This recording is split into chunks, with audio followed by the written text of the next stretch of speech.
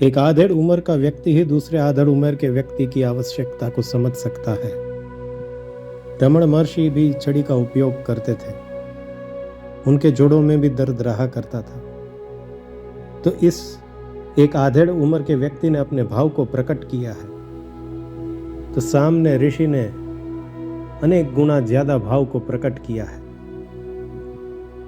ये व्यक्ति ने ऋषि के सामने छड़ी लाकर उनके शरीर की सहायता करने की कोशिश की, लेकिन ऋषि ने शरीर को देखा नहीं है, मन को ही देखा है। मन को संजो दिया है, जोड़ दिया है आत्मा के साथ। तो उस छड़ी को वापस करके रमण महर्षि ने उस व्यक्ति की आत्मा के प्रति की जो चाल होती है उसकी सहायता के लिए कुछ कर दिया।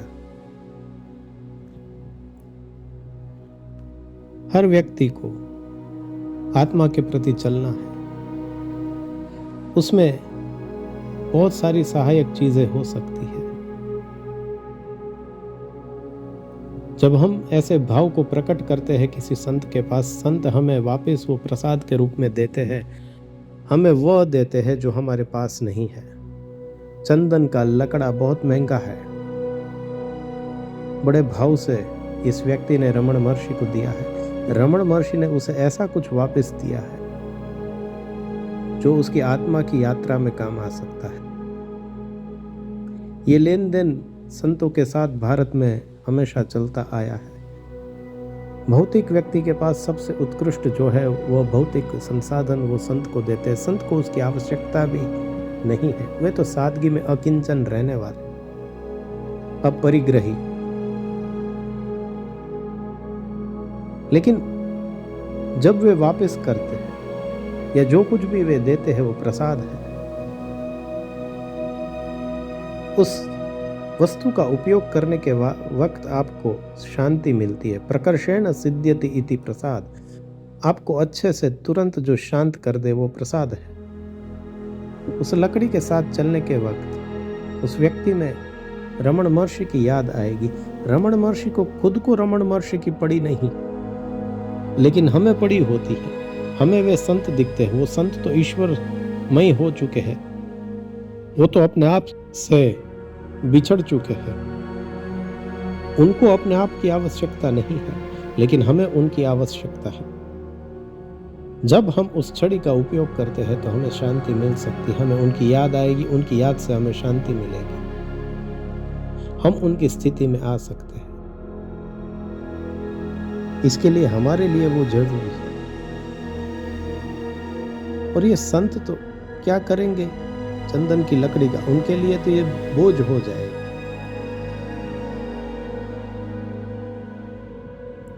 क्योंकि उनके लिए तो उनका शरीर भी खुद का नहीं, उनका समय भी खुद का नहीं, उसका उनके मैं पने का भी खुद का नहीं है। आप उसको गाली दो तो ठीक है, प्रशंसा करो तो ठीक है,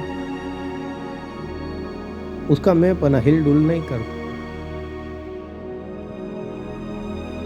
वे सार्वजनिक संपत्ति बन चुके हैं। क्या आप भी ऐसे बनने को तैयार हो? जब आप ऐसे बनने को तैयार हो जाओगे तब आप भी ऋषि होगे।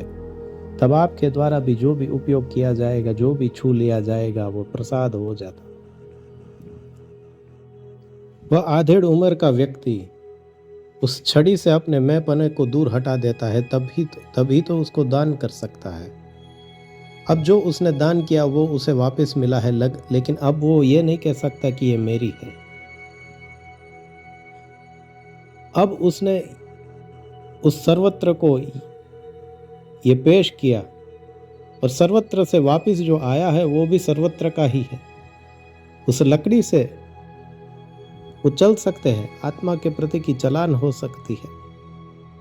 रास्ता साफ करने के लिए उस लकड़ी का उपयोग हो सकता है, स्वरक्षा के लिए हो सकता है, लेकिन कभी किसी को मारने के लिए अब उस लकड़ी का उठना होगा नहीं।